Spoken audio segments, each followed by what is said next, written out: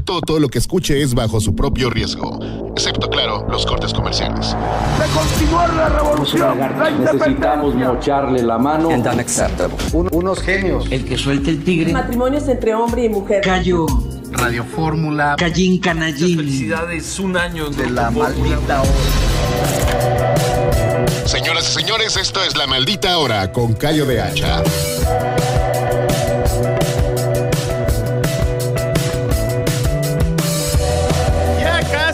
Este martirio, amigos, tranquilos. Estamos a 19. Estamos a 19 de junio. ¿Sí? Faltan 11 días para llegar a la orilla de este precipicio. Señores, son las 9 en punto, las 9 de la noche, y nos están escuchando a través del 104.1 de FM, 1500 de M, y los que tienen suerte nos están viendo a través de Facebook Live, el Facebook oficial de Radio Fórmula. Hoy saludo a esta mesa. María José Cadena, ¿cómo estás el día de hoy? 11 días para llegar a la orilla del precipicio. Así es, bueno, ya estamos a 11 días del apocalipsis. Buenas noches a todos, gracias por escucharnos.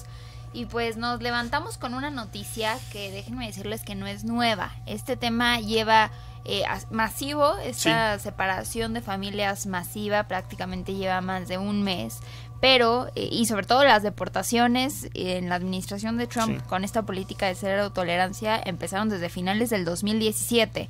El tema es que se viraliza algo que me parece una aberración, y que ser indiferente y no ser empático ante la situación que están viviendo miles de niños migrantes en Estados Unidos, separados de sus padres, separados de sus familias, en centros de detención, que habría que ser fríamente honestos y decir que son viles cárceles en la cual están estos niños desprotegidos. Me parece atroz. Los audios son dolorosos, las imágenes son dolorosas. Vamos a platicar de este caso, lo que está sucediendo en Estados Unidos con los niños y las familias de migrantes que han sido separadas y humilladas, y los niños enjaulados. Amado Avendaño, buenas noches, ¿cómo estás? Amigo, ¿cómo estás? Como todas las noches, aquí andamos. Sé que ya están hartos de las campañas, ya solo falta una semana para que se acaben, y por eso cada vez les vamos a hacer más breve el resumen. José Antonio Meade, candidato del PRI, dijo a través de su cuenta de Twitter que México se siente agraviado con la desalmada, así la llamó, política migratoria de Trump.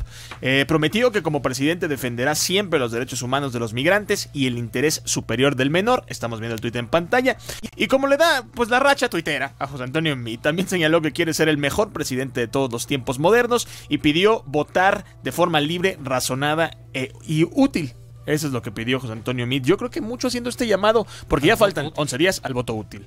Ricardo Anaya del Frente declaró en un evento de campaña allá en Iztapalapa, les mandamos un saludo a Iztapalapa, que lo que está haciendo Donald Trump no tiene madre. Bueno, él dijo no tiene nombre, pero yo digo no tiene madre.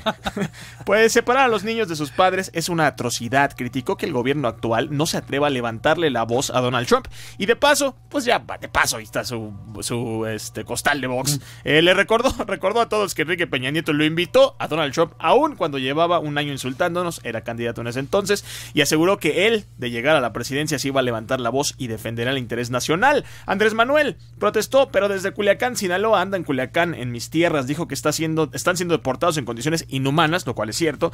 Le pidió al presidente Enrique Peña Nieto que actúe con urgencia, exigió una enérgica nota diplomática de protesta, que esas no sabes cómo le funcionan a Trump, en contra del gobierno de Donald Trump.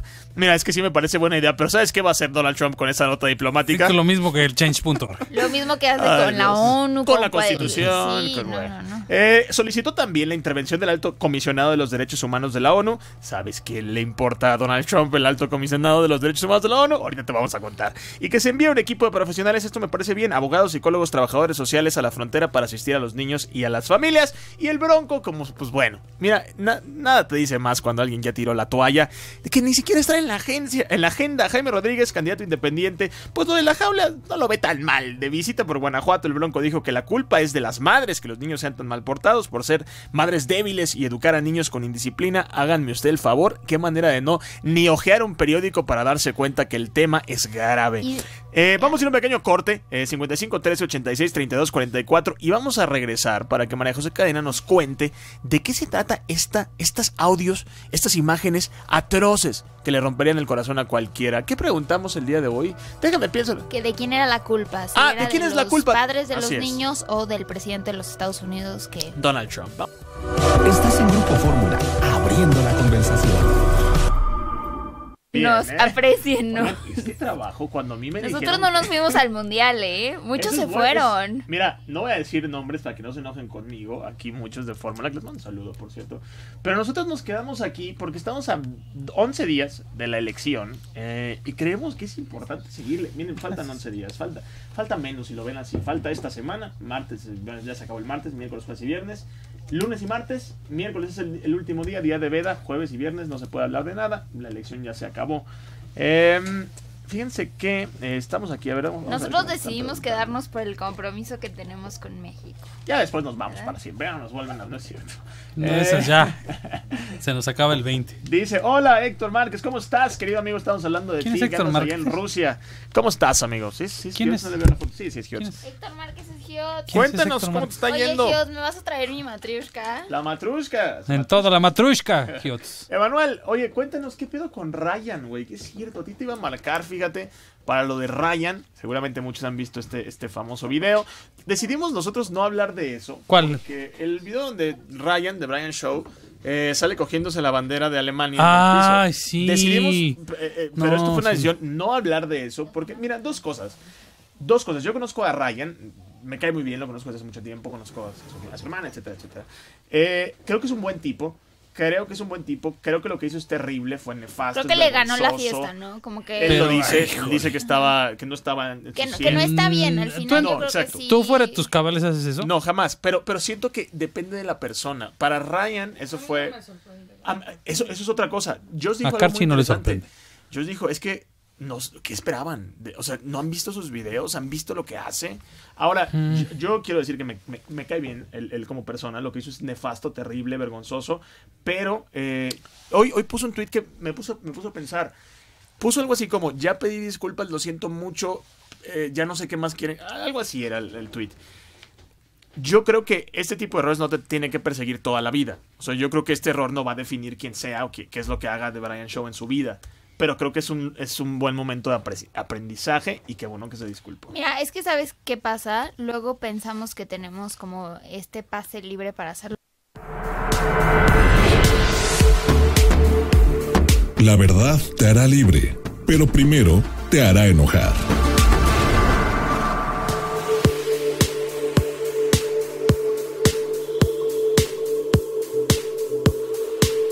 Señores, tenemos elecciones, hay mundial, este planeta se va a acabar porque Donald Trump está a punto de terminarlo. Bienvenidos al 2018, una lástima para todos los que nacieron en este siglo. Pero les prometo que se pone bien. A mí cuando era niño, y yo nací en el siglo pasado, por cierto, me dijeron que los... Yo también, hasta yo. Somos del siglo también, pasado. Yo también. A mí me dijeron que cuando yo tuviera 20 y tantos, los coches iban a volar. Y ahora lo que estoy viendo es que cuando tengo... Bueno, no tengo 20 y tantos, pero un poquito más, digamos. Estoy viendo que el mundo no era lo que me habían prometido. Caso trágico el de Donald Trump. Lo vamos a platicar, pero antes queremos contarles un bello gesto que presenciamos en la Copa del Mundo. Y involucra a Japón. Involucra... Así es. A Colombia. A Colombia. ¿Qué pasó? Mientras los colombianos metieron alcohol en un recipiente que simula ser unos binoculares, entonces los dejaron pasar sin bronca. Ok. Ellos estaban festejando que habían podido burlar a la seguridad. La ley, ajá. Bueno, la ley del Estado. Mientras eso pasaba, los japoneses se dedicaban a limpiar toda la fila donde habían estado sentados con unas bolsas y metiendo la basura ahí, limpiando todas las... Neta. Ve, hay un video que está viral, es un colombiano que está impactado porque recordemos que la sorpresa hoy fue que Japón le ganó a Colombia, ¿no? Entonces, después del estadio, ¿qué estarías haciendo si tu selección le gana a Colombia en la mañana frente a todo pronóstico? Pues te pones a festejar, Claro. ¿no? Bueno, los japoneses deciden festejar, pero muy a su manera. Es decir, traían bolsas de plástico, pero no uno, no dos, muchos. Traían bolsas de plástico en su maleta, las sacaron y empezaron a recoger la basura del estadio. A ¿Por qué no limpiar el somos así? estadio. ¿Por qué no somos así? Porque no somos japoneses. Me parece maravilloso. Y sabes Extraordinario. que sí podemos ser así. Ese es el tema. Sí, Sí, podemos creo. ser así. Cuando te das cuenta de esas cosas y lo puedes hacer en tu casa, cuando vas a comer, párate y recoge el No plato. tiene que ir uno a Alemania. lávalo. No tiene que ir uno al mundial a A ver Rusia, a los perdóname, japoneses. perdóname. Son No, a hábitos, ver, es educación. es educación. Y claro que podemos ser así. El tema es que esa es la maravilla del mundial. Por eso me encantan los mundiales, me encantan los Juegos Olímpicos. Ese choque de culturas. O sea, mira, yo no voy a Japón mencionar... le ganó, no 2-1, le ganó todo. O sea, mira, eso es lo que deberían estar diciendo el mundo sobre nosotros. ¿Por qué no hacemos eso? ¿Por qué no el próximo partido es el sábado, no? Sí. Hacemos una gracia, alguna cosa buena que el mundo... En lugar de andar gritando... En lugar de cogernos a banderas, en lugar de andar gritando famoso grito que nos va a costar el mundial probablemente. Sí. Bueno, no, ya dijeron nos costó que no nos quitan, $500,000. pero costó $500,000 y aparte te van a quitar tu Fan ID. Imagínate hacer el esfuerzo, aunque no hayas hecho el esfuerzo, Sí. ir a Ojalá Rusia que se los quiten. y te quitan el Fan ID y te corren del estadio y ya no puedes entrar a ningún partido. Es terrible. Ay. Bueno, oigan, este caso me duele muchísimo. No el caso de Japón me agrada muchísimo. Espero que demos ese ejemplo. El caso que me duele muchísimo es el caso de nuestros vecinos. El caso de Estados Unidos. Desde el 19 de abril hasta el 31 de mayo este año, casi 2,000 niños inmigrantes han sido separados de sus padres y abandonados en centros de detención estadounidenses. En estos centros, literalmente, ahorita les vamos a poner unas imágenes, un audio. Literalmente están enjaulados como animales de circo, pero son seres humanos. Cuando las familias sin documentos intentan cruzar la frontera de Estados Unidos y se encuentran con las autoridades migratorias, los padres, para empezar, son detenidos, son criminalizados, tratados de lo peor, enviados a cárceles, mientras que los niños, los pobres niños, tienen que quedarse en estos centros de detención, pero igualmente son criminalizados porque ninguna persona, ningún niño, valga la pena, en esa condición puede ni siquiera conservar dignidad. Estos centros de detención son catalogados por Peter Welch como nada menos que una prisión. Esa es la forma en la que le describió el congresista demócrata estadounidense Peter Welch, después de haber ido a uno en Texas. ¿Y sabes cómo se llama este centro para los niños e inmigrantes? La Perrera. La Perrera. O sea, no, ni siquiera lo están inventando. Sí, o sea, así se llama, La Perrera. En los centros estos niños se les da una colchoneta, una lámina, una hoja de lámina. Que es como papel aluminio. Sí, o sea, para que se tapen, es su manta. Sí. Es que a mí me llama la atención la doble moral. El gobierno de Estados Unidos sale a decir que no son jaulas, que se llaman barreras de malla. ¿Ok? O sea, una jaula, pues, básicamente. Y que no son cobertores de aluminio, son cobertores de emergencia, que se utiliza cuando hay desastres naturales. Pero dime qué tipo de desastre natural más que desastre de una política migratoria. Es una crisis humanitaria. Mira, tienen esta retórica en Estados Unidos. No son mexicanos, son criminales, violadores y ¿qué más decía Donald Trump? No son inmigrantes, son criminales también. A ver, esto es trágico. Lo que está pasando es que están metiendo a niños a jaulas y les están dando si acaso un colchón y una hoja de lámina para taparse. En estos centros que llevan varios años funcionando, el tema volvió a cobrar relevancia esta semana porque se dieron a conocer audios donde se escuchan a los menores. Escuchen ustedes, vamos a ponerles este audio, este video. ¿De dónde son ustedes? ¿Y tú? Guatemala. No llores. Vas a llegar con... Mira, ella te va a explicar y te va a ayudar. ¿Cierto, Consul? ¿Qué va a pasar con su consulado hoy? Papá. Papá.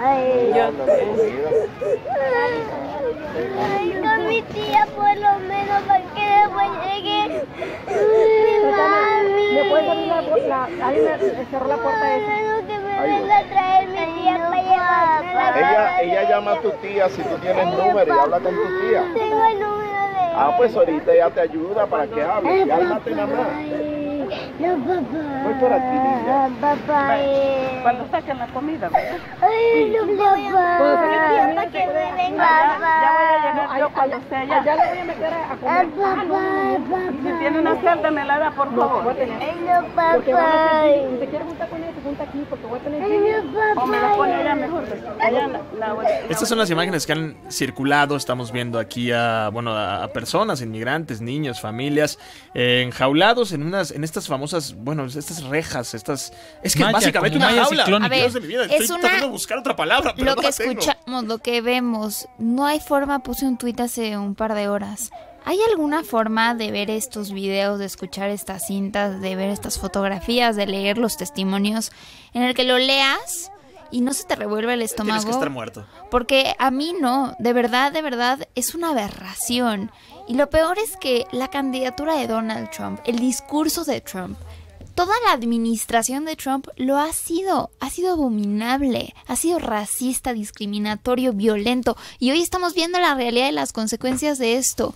Claro, el número de deportaciones históricas se hizo bajo la administración de Barack Obama. Es verdad, también. Este tipo de situaciones también sucedieron, no masivas, pero sucedieron bajo la administración de Barack Obama. Pero este nivel de indiferencia y desfachatez por parte del gobierno estadounidense es increíble. No, pero es que yo creo que sí está provocado. Yo creo que sí es intencional. No, yo lo que también, está tratando de hacer que... es justamente esto, que hablemos de eso, que lo evidenciemos, que si alguien tiene intenciones de cruzar la frontera de manera ilegal, vea cómo tratan a sus hijos. Son secuestradores de niños, literalmente. Y te voy a decir que es lo peor. Si tú vienes aquí, pasas de ilegal, te voy a secuestrar a tu hijo y te lo voy a quitar. Te voy a decir que es lo peor. Bueno, lo otro es la muerte. Que eso no, a ver, si es una manera, ponle tú, de disuadir la migración, esa forma no la va a hacer. Te voy a decir por qué. Porque las personas, los migrantes que llegan a la frontera entre México y Estados Unidos, cruzaron un calvario de entrada, porque vienen de países centroamericanos en el cual rifarse la vida para cruzar Centroamérica, cruzar México. Ya no es normal, eso ya lo tenemos normalizado. Esto nos hizo un shock. Pero imagínate que yo leía comentarios hoy, me parece inaceptable que estemos justificando, diciendo, es que los padres cometieron un error porque cruzar es de manera ilegal. Es no tener... Es una ignorancia completa. Primero, no tener empatía y ser ignorante en la situación que viven miles de centroamericanos que tienen que huir. Yo estuve leyendo ese mismo tipo de comentarios. Incluso lo preguntamos en la tarde, en el programa de Diario de Confianza en la tarde. Hicimos una pregunta para todos. Bueno, creo que fue el 30% que dijo que sí. Y conste que dábamos hasta argumentos para tratar de empujar un poco a la empatía. Y no, la gente decía que es culpa de los padres, y la misma pregunta para este programa, ¿creen ustedes que es culpa de los padres o de Donald Trump la situación? Que la culpa la tenían los padres por meterlos a sus hijos, menores de edad, niños, a un riesgo de entrada, pasar por países sin ningún tipo de seguridad, muchos de ellos han abusados de diferentes maneras, y que era también su culpa que hoy estén separados y tratados en jaulas como animales. Entonces, bueno, a ver, vamos a repetir la pregunta. Aquí, díganos ustedes por qué, pero ojo, y cabe señalar esto, dos cosas. La primera es, nadie se lleva a su hijo, ni atraviesa desiertos, ni arriesga su vida por gusto. O sea, esta gente, lo decías tú, María José, hace rato, estas personas es, o me arriesgo la vida o me muero en la situación en la que estoy en mi país. O me matan en mi país, o me violan, o mi hijo no come y se muere de hambre. Entonces voy a tratar de arriesgarme para llevarlo a un lugar donde creo que puede florecer como ser humano. Llegas a ese lugar después de arriesgar tu vida, de cruzar dos países, cruzar el desierto, de cruzar la frontera. Y cuando te atrapan, cuando te agarran, cuando el gobierno te detiene, pues lo primero que hacen es esto, separarte de tu familia y tratar a tus hijos y a ti como un animal. Ahora, dice Donald Trump que esto es culpa de los demócratas. Mentira total. Escuchamos juntos mentira hace rato completa. las declaraciones, no sé si las tenemos por aquí, están en inglés, ahorita se las platicamos. Pero dice Donald Trump que esto no es su culpa y que él quiere que esto se detenga. Dice Donald Trump que es culpa de los demócratas por lo que él llama loopholes, es un chantaje. En la ley. Finalmente es un chantaje, es un chantaje y no nada más eso. En el video también, de repasón, dice que México no ha hecho nada por ellos y que México tiene las peores leyes migratorias y que es nuestra culpa. Entonces, claro, debe de haber, sobre todo, una acción coordinada entre los países que están involucrados.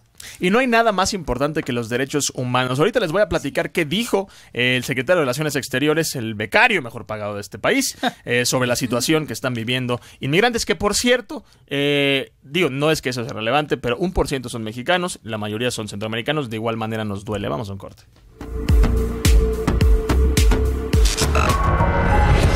Facebook, Gallo de Hacha. Siento que detiene a... Si fueran 80% mexicanos, pues sin duda tiene que salir Luis Videgaray. Él no tiene la culpa de que el PRI nos tenga en la miseria, dice Gisela Guzmán Armenta. Los padres irresponsables son los primeros irresponsables. Ay, Gisela, ¿qué te digo? Es que ¿sabes qué pasa? Dice que los pobres son pobres porque... No. Siento. O sea, siente ser empática. Es como las mujeres que cuando dicen que si te violan es porque traías la falda corta. Ningún ser humano... La pendejez. Ningún ser humano quiere ser pobre por gusto. Ningún ser humano quiere que los hijos se le mueran de hambre o ver a sus hijos. Nadie quiere eso. Ahora, mucha de esta situación no es causada por Donald Trump, esto hay que decirlo. Mucha de esta situación es causada por la política de los países, la religión en los países. Y mucha gente no es que quiera ser pobre. Condiciones económicas limitadas, desiguales, crimen organizado, gobiernos corruptos. O sea, sí. No el mundo, los problemas del mundo no son culpa de Donald Trump. Pero te voy a decir algo. Donald Trump sí ha complicado los problemas del mundo. Todo lo complicó. O sea, todo el mundo se complicó desde la llegada de Donald Trump. Dice Rafa Rizzo, realmente es imposible deja de ir a vivir a realmente es imposible dejar de ir a vivir a Estados Unidos. Pues mira, Rafa, a ver, es que es muy fácil desde ellos la comodidad van buscando de asilo celular. político. Yo creo que realmente es imposible dejar de ir a vivir a Estados Unidos. Pues no, pero muchas de estas personas no tienen opciones. Lo que pasa en Honduras, El Salvador, lo que pasa en México, lo que pasa en Venezuela, no es como que a ver, piénsalo tú. ¿Qué es lo que tú quieres hacer? ¿Vivir en la tierra donde te criaste, donde vive tu familia, donde has tenido oportunidades, donde has conocido a tus amistades? ¿O irte de la nada a otro país solamente porque no tienes con qué comer? Nadie quiere eso. Dice Valeria Ochoa, culpar a los papás es como culpar a los judíos por haber nacido judíos y que por eso los mandaron al holocausto. Mira, Valeria, es que el tema es... Detesto hacer comparaciones con el nazismo, me parece que nada es igual al nazismo. Me parece que Donald Trump no es Hitler, pero lo que dices tiene sentido. A ver, no podemos culpar a los papás. Sí entiendo el punto, y es un riesgo que toman todos los niños y los padres de los niños cuando los llevan de esta manera a otro país, pero no creo que sea por gusto. Saludos, Ecos Rocalás desde hasta California, te mando un gran saludo. ¿Tú cómo lo ves? ¿Cómo ven allá ustedes que viven allá en California, uno de los estados más progresistas en teoría, una ciudad santuario, corrígeme si estoy equivocado? ¿Cómo ven la situación? Dice, sí, pero a mi hijo lo cruzo arriesgándolo a morir también. Así es, Gisela, ese es parte. Imagínate ser un padre y saber que uno de los riesgos para que tu hijo florezca en su vida. Señoras y señores. WhatsApp de confianza. 55 386 3244. La radio es confianza.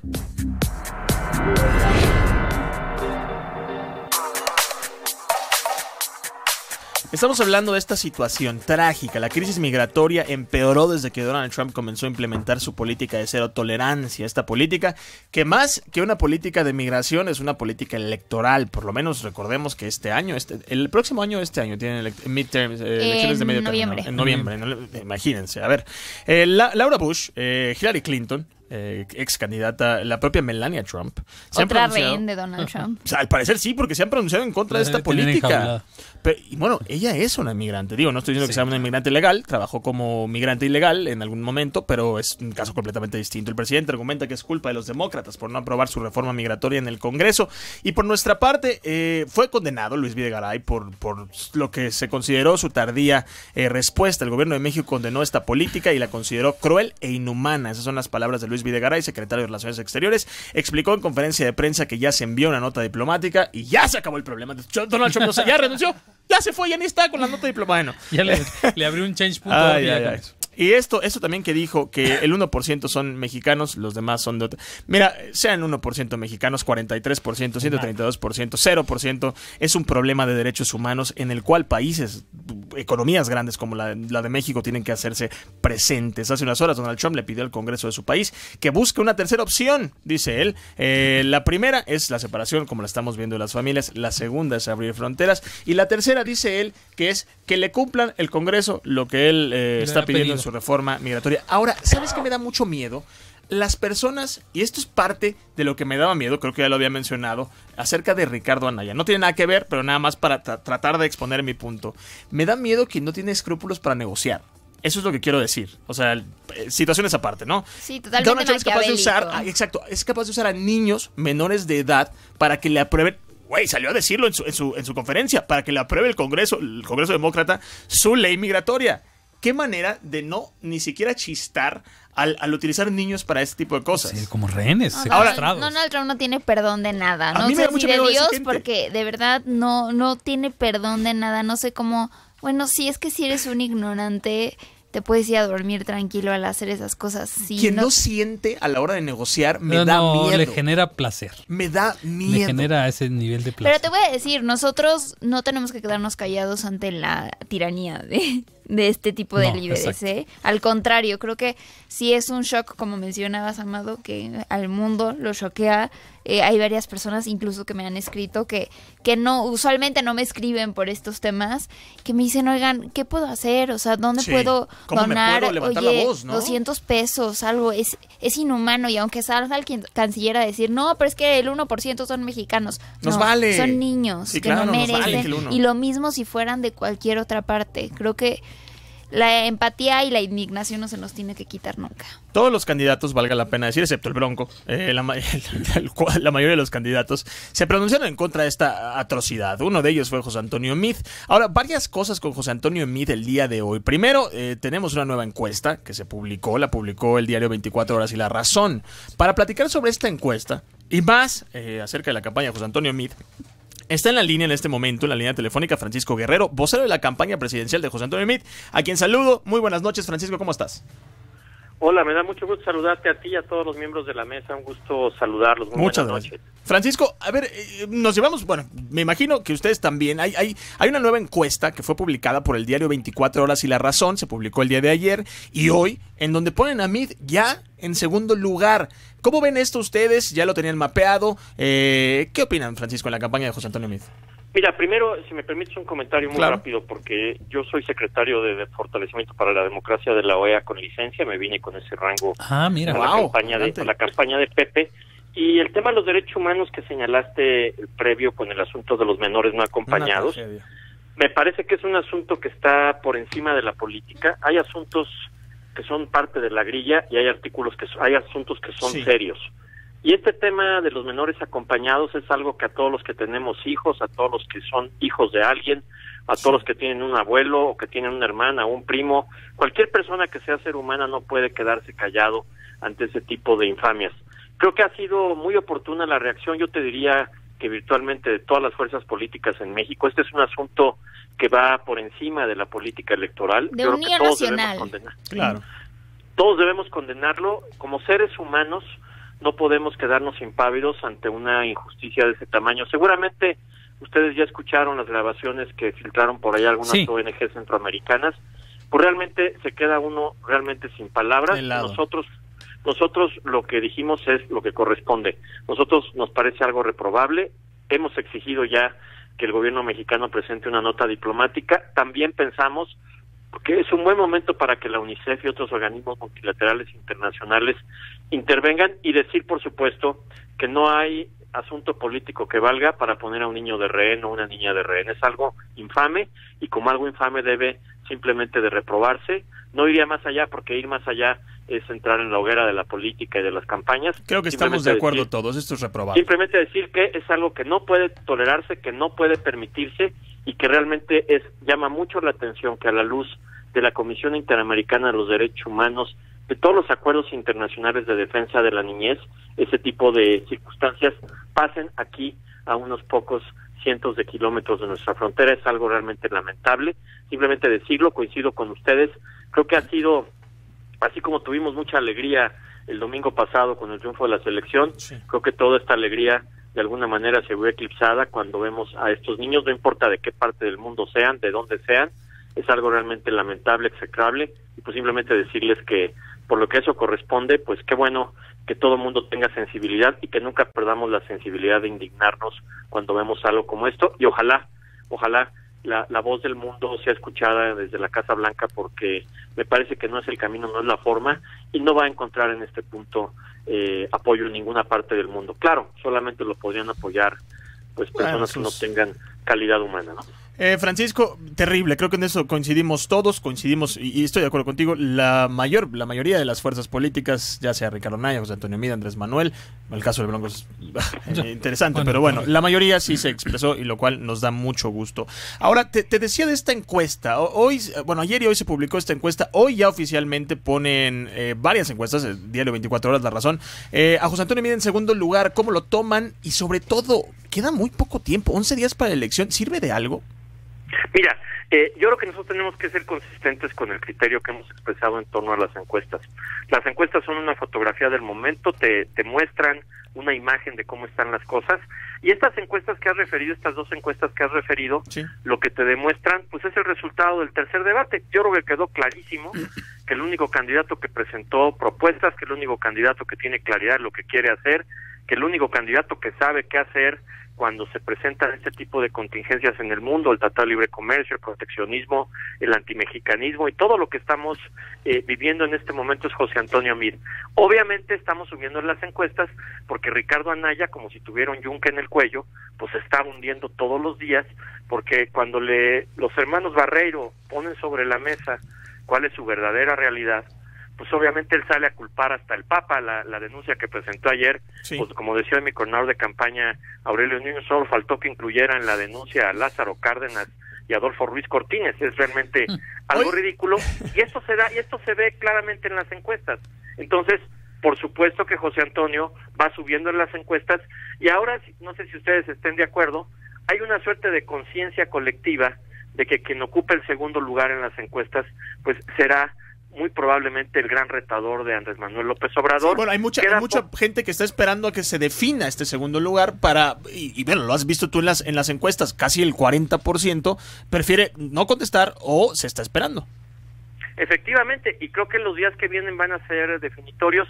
Te pongo un ejemplo que a mí me llamó mucho la atención.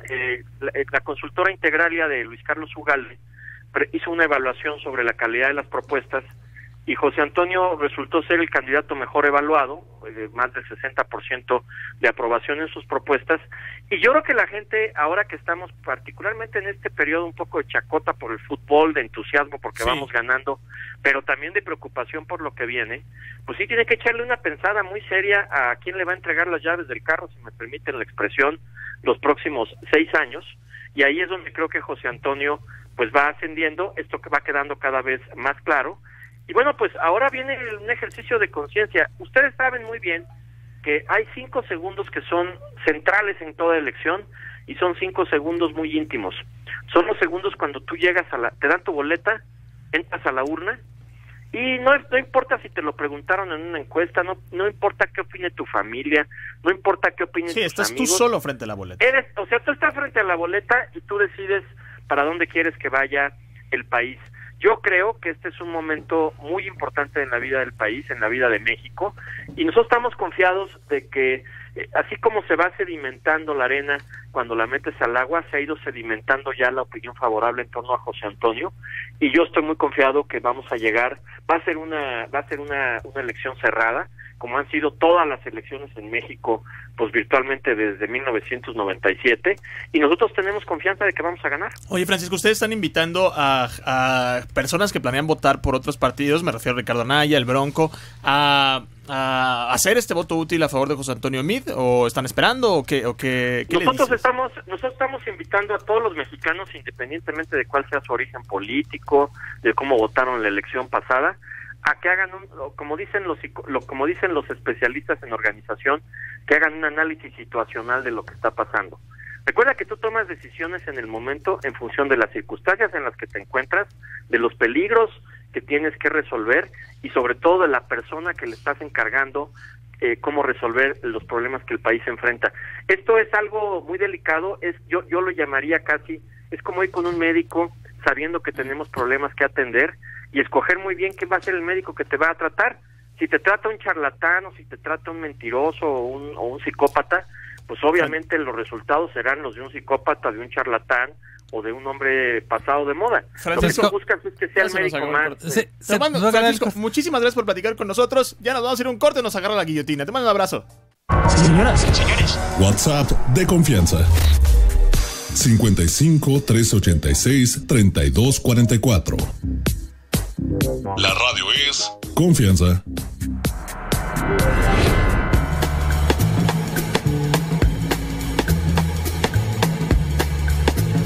muchas respuestas a nuestra pregunta. La pregunta del día de hoy es: ¿quién es culpable de la tragedia humanitaria que está sucediendo? ¿Es acaso Donald Trump, el titular del Ejecutivo, por su política de cero tolerancia? ¿O son los padres que arriesgan su vida y las de sus hijos para llegar a tratar de buscar un mejor futuro? Dice, por ejemplo, Gisela Guzmán, aquí en Facebook Live, nos pueden ver. Dice, los padres son irresponsables, a mi hijo no lo cruzo arriesgándolo a morir también. Supongo que te encuentras en una posición bastante cómoda, porque hay gente que si se queda en su país se muere y arriesga su vida tratando de llegar a otro. Dice por acá, a ver, algunos comentarios dicen: todos contra el peje loco. Bueno, muchos comentarios. Bueno, señores, no sé si se los habíamos dicho al principio del programa o no, pero está con nosotros aquí en el estudio de La Maldita Hora el diputado de la Asamblea Nacional, militante del Partido Primera Justicia de Venezuela. Ya había acompañado con nosotros en este programa, me refiero a Juan Requesens. ¿Cómo estás, Juan? Bienvenido nuevamente a esta mesa. Un placer saludarlos otra vez, saludarlos a todos. ¿Cómo están? Bien, bien. Mira, desde la última vez que nos vimos, te acabo de preguntar eso, pero vamos a hacer magia en la radio. Desde la última vez que nos vimos, Juan, ¿pudiste regresar a Venezuela? Sí, de hecho, cuando volví, no entré por donde salí, pero entré y llegué acá. Y bueno, tocará lo mismo ahorita de vuelta a Venezuela otra vez. Fíjate, fuimos allá, te vamos a pasar el documental, grabamos unas cosas. La verdad es que tú nos puedes contar muchas cosas, podemos verlas en YouTube, pero cuando ya presencias, una de las cosas que más me impactó fue en una ala, en un hospital, en este hospital del Algodonal, donde había gente que estaba internándose para morirse en el hospital, y son imágenes dolorosas. Mucho. De hecho, mañana el diputado José Manuel Olivares va a estar en un importante hospital del país. No digo cuál es, porque impedirían que llegara. Pero la situación que viven nuestros pacientes en los hospitales es trágica. Trágica porque hay muchos niños que nacen en cajas de cartón, ya no hay incubadoras en nuestro país. Hoy, de hecho, anunció la Comisión de Desarrollo Social de la Asamblea Nacional que el 100% de las unidades de radioterapia ya están fuera de servicio. Eso es lo que encontramos. Es el 100% de las unidades de radioterapia. ¿Te acuerdas la máquina que parecía un museo? Estaban varias máquinas ahí intactas porque no se podían usar porque faltaba, ¿qué? Agua destilada. Sí, faltaba en las máquinas estas que sirven para la diálisis. La diálisis. Pero no podían atender a nadie porque pues ahí están las máquinas, están muy limpiecitas, porque eso sí, la gente las limpia, van a trabajar, las limpian, las mantienen bien, pero pues no hay nadie porque pues están completamente inútiles. Y eso sí es mucho de valorarse, que si fuera en México ya los hubieran saqueado, se los hubieran llevado. Ahí ellos cuidan su lugar de trabajo, aunque esté hecho un desastre, pero pues lo cuidan. Ahora, aún así, volvió a ganar Nicolás Maduro. Bueno, ¿qué opinas de esto? Gana primero porque nosotros decidimos no participar. Sí. Y segundo porque de participar hubiéramos evidenciado un fraude que estaba más que cantado. Esta mañana tuve unas palabras con uno de los candidatos aquí en Ciudad de México, Gerardo Fernández Noroña.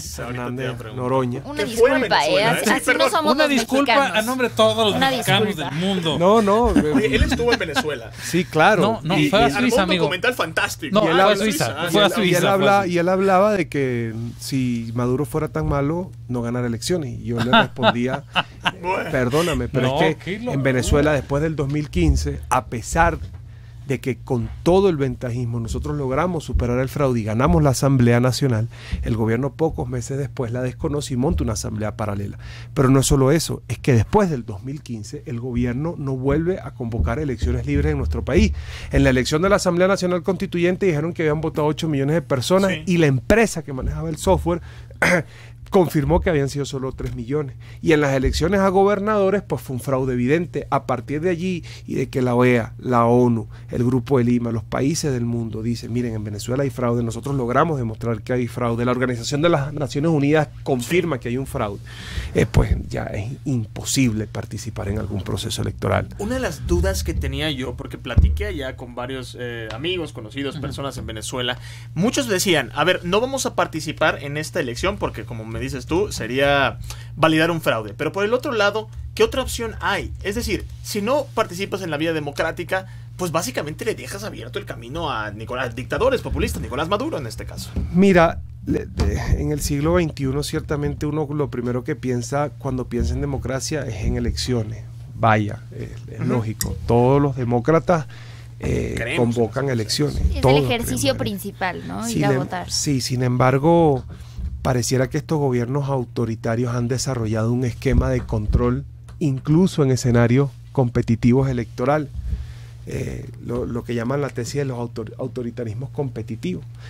Pero no es solo eso, es que el control institucional de la dictadura, el control social que tiene a través de las cajas de alimentos, a través de la tecnificación del control social, del carné de la patria, a través de la violencia, la intimidación, el hambre, a través del hambre, le permiten a la dictadura generar una serie de mecanismos antes del proceso electoral, durante el proceso electoral y posterior al proceso electoral para mantenerse en el poder, aún convocando elecciones en cualquiera sean sus ámbitos. Y les puedo dar algunos ejemplos cortos.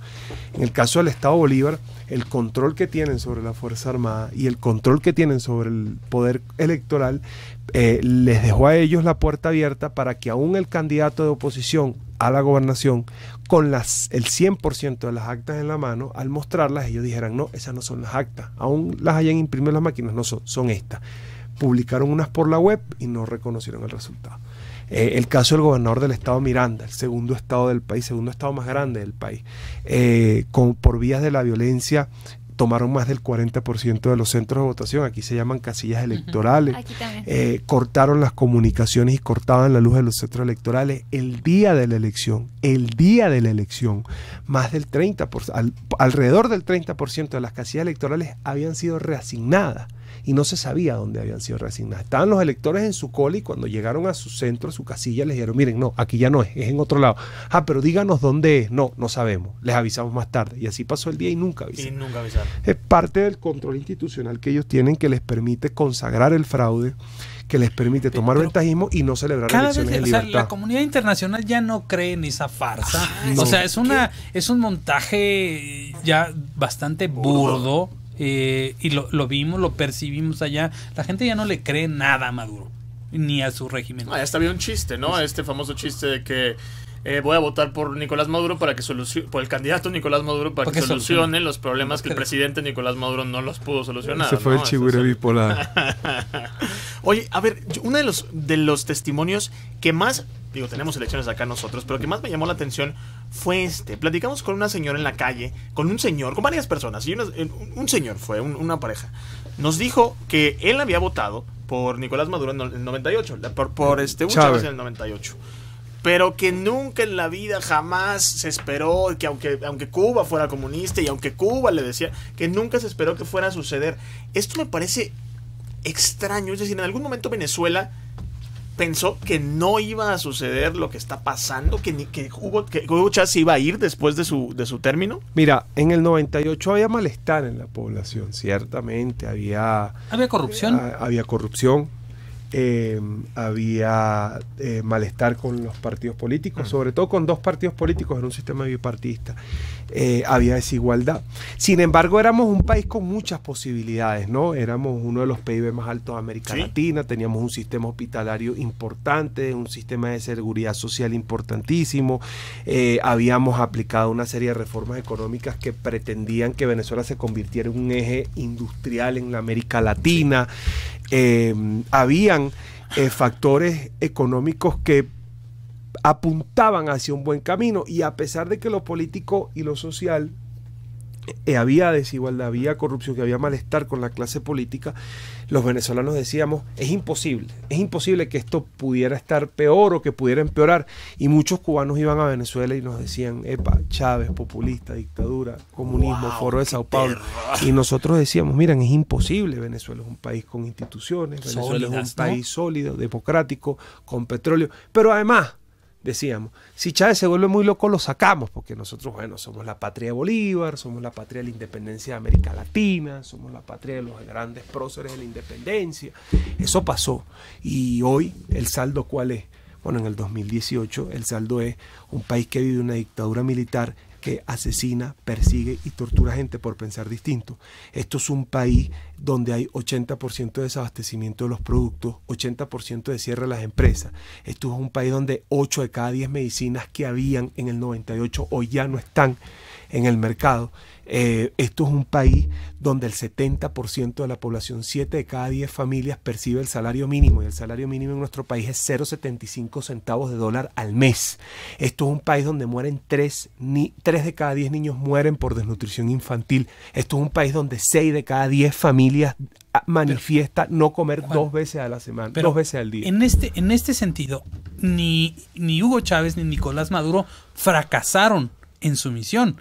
Ellos lo que querían era justamente esto, controlar el país. Controlar el país, saquearlo, acabar con él. Sí, porque además a mí lo que me llamó mucho la atención de lo que nos dijeron algunos es lo que les vendió Hugo Chávez a los venezolanos fue revancha, venganza, odio, polarización y decir yo les voy a dar esa revancha que ustedes quieren. Uno pudiera decir que se equivocaron, pero es exactamente eso, no se equivocaron.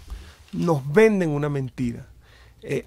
Primero aprovechan el malestar de la gente y el descontento de la gente. Que además es natural y es comprensible, válido, y es válido. Segundo, aprovechan esas ganas de cambio que tiene la gente, que también son normales, pero las aprovechan ¿para qué? Para mantenerse en el poder.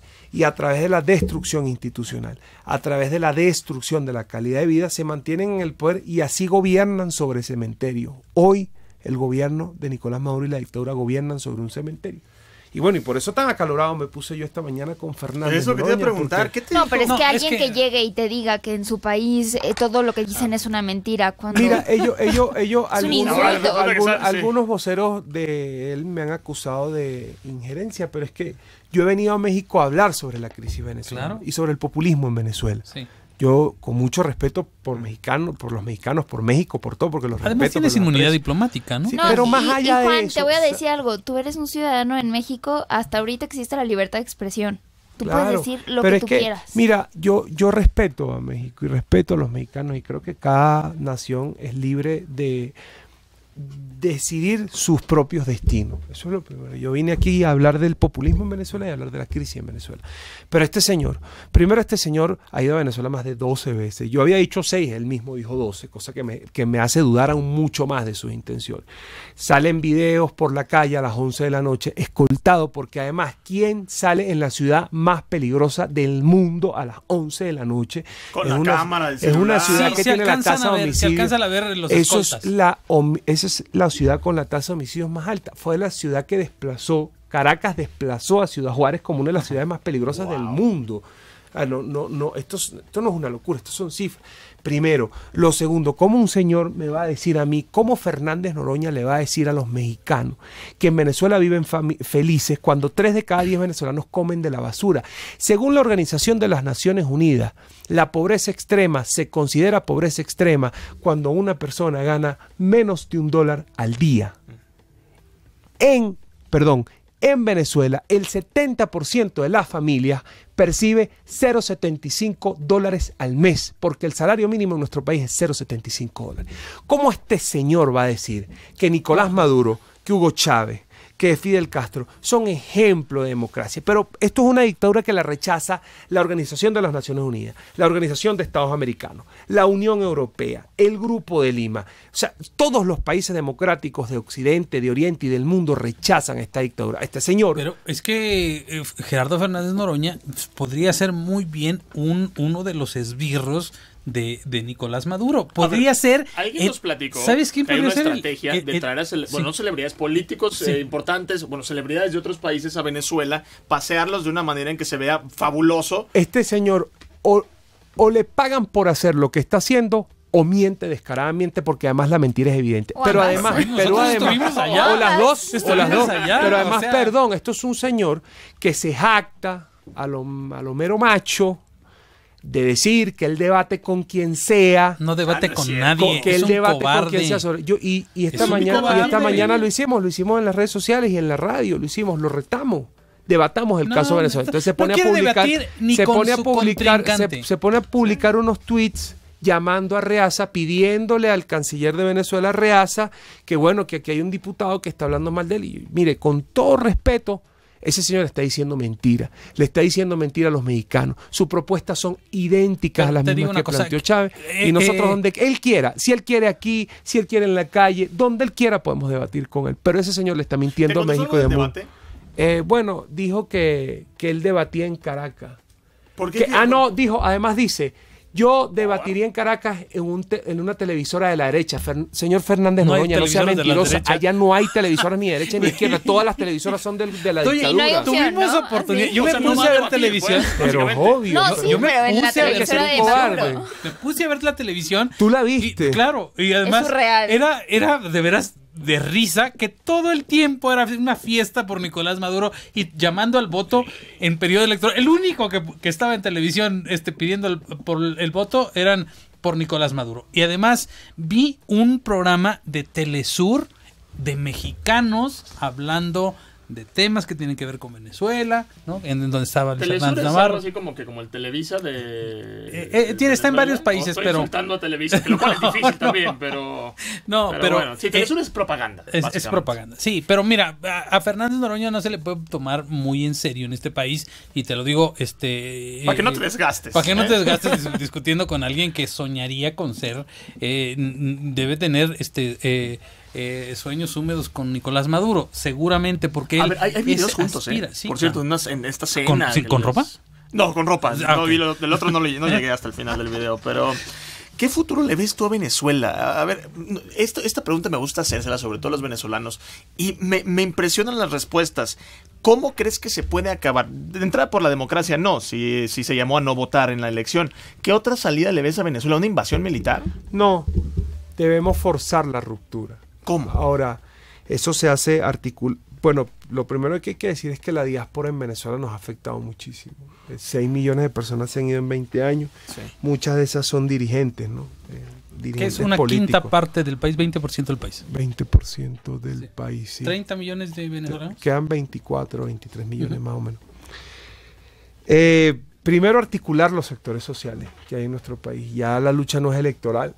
Ya es de otra manera, social. Es una vanguardia social, por lo que los partidos solos no pueden. Necesitamos a las fuerzas vivas, gremios, sindicatos, movimientos estudiantiles. A la sociedad civil. Lo segundo, organizar lo que hay. Yo creo que nosotros tenemos en una fase de organización y reorganización. Te lo explico porque la diáspora nos ha afectado muchísimo. Te puedo hablar del estado que yo represento. El estado Táchira es un estado fronterizo, tiene 29 municipios. De los 29 municipios yo tenía estructura del partido en 29 municipios, en 27, 26. Ya hoy tengo estructura en menos de la mitad porque los dirigentes se tuvieron que ir perseguidos producto de la crisis, producto de la persecución, producto del seguimiento de la dictadura. Hay que organizar, construir una vanguardia política que pueda aprovechar la marejada de la crisis y la conflictividad social.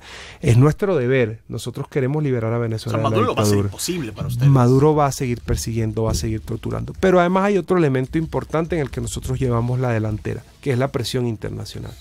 Sobre eso, pues nosotros tenemos un aliado muy importante que son los países democráticos del mundo que están presionando constantemente a la dictadura para que cese y se tuerza y se logre un escenario de transición. ¿Le importa a Maduro un ahorcamiento económico prácticamente? Ellos, por ejemplo, bueno, eso era otra de las cosas que decía Fernández Noroña, que yo me alegraba por el bloqueo. Otra mentira más de Fernández Noroña, porque es un mentiroso. Lo primero que hay que decir es que muchas de las cuentas que usa el gobierno para tratar de pagar medicinas y alimentos son cuentas que están vinculadas al narcotráfico, a la corrupción, al lavado de dinero y en muchos casos al terrorismo internacional. Yo quisiera saber qué empresa en algún país del mundo va a aceptar dinero del narcotráfico, del blanqueo o del terrorismo para poder ver. Y lo segundo, para que tengan una idea estimada los mexicanos, en el mundo hay cuentas bancarias que son de personas naturales de un funcionario público por más de $10,000 millones. Estamos hablando de cifras astronómicas. Le confiscaron también cientos de millones de dólares a en Estados Unidos, a Diosdado Cabello. Diosdado Cabello. Sí, bueno, y muchas más en Europa, en Estados Unidos. Diosdado Cabello es como el Fernández Noroña. Ay, no sé cuál de los dos estás insultando, no sé pero cuál es el peor. Pero entonces, a ver, sí funciona el hecho de que todos nos indignemos fuera de Venezuela, que compartamos la realidad de los venezolanos. Realmente, aunque siempre digamos que la activismo en Facebook, no se puede quedar en activismo en Facebook. Sí ejerces una presión en que la comunidad internacional sepa. Parte de eso es por lo que nosotros viajamos, para visibilizar. Mira, se los digo con toda honestidad, hace 2 años la visibilización que había de la crisis en Venezuela no era efectiva. Hace 2 años los países del mundo reconocían al gobierno de Maduro, decían que era una democracia con problemas, decían que bueno, que no había una crisis de derechos humanos. Hoy ya la situación es diferente y necesitamos el apoyo internacional para poder seguir ahorcando políticamente desde fuera y desde adentro. Juan, te agradecemos mucho platicar con nosotros. Te voy a mandar las tomas. Seguramente tú has visto cosas peores, pero te voy a mandar lo que capturamos allá. Es de dolor en el corazón. O sea, es algo terrible. Refrendamos la invitación a Fernández Noroña. ¿Quieres que lo hagamos aquí? Sí, ojalá acepte. Si es tan valiente como dice que es, pero la verdad es que a mí lo que me parece es que es un gran mentiroso, que miente descaradamente, que se aprovecha de la crisis en Venezuela, que se aprovecha de los venezolanos y que anda por ahí diciendo muchísimas mentiras. Si así es capaz de mentirle a los mexicanos sobre la situación en Venezuela, no sé o no me quiero imaginar de lo que es capaz para llegar al poder aquí en México. Juan, muchísimas gracias por acompañarnos. Ya nos vamos, ya se nos acabó el tiempo, señor. Cuando vivía... Amigos, hay que irse para poder volver. Esto se llamó La Maldita Hora.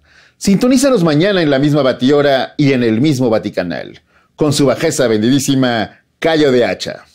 Hasta pronto.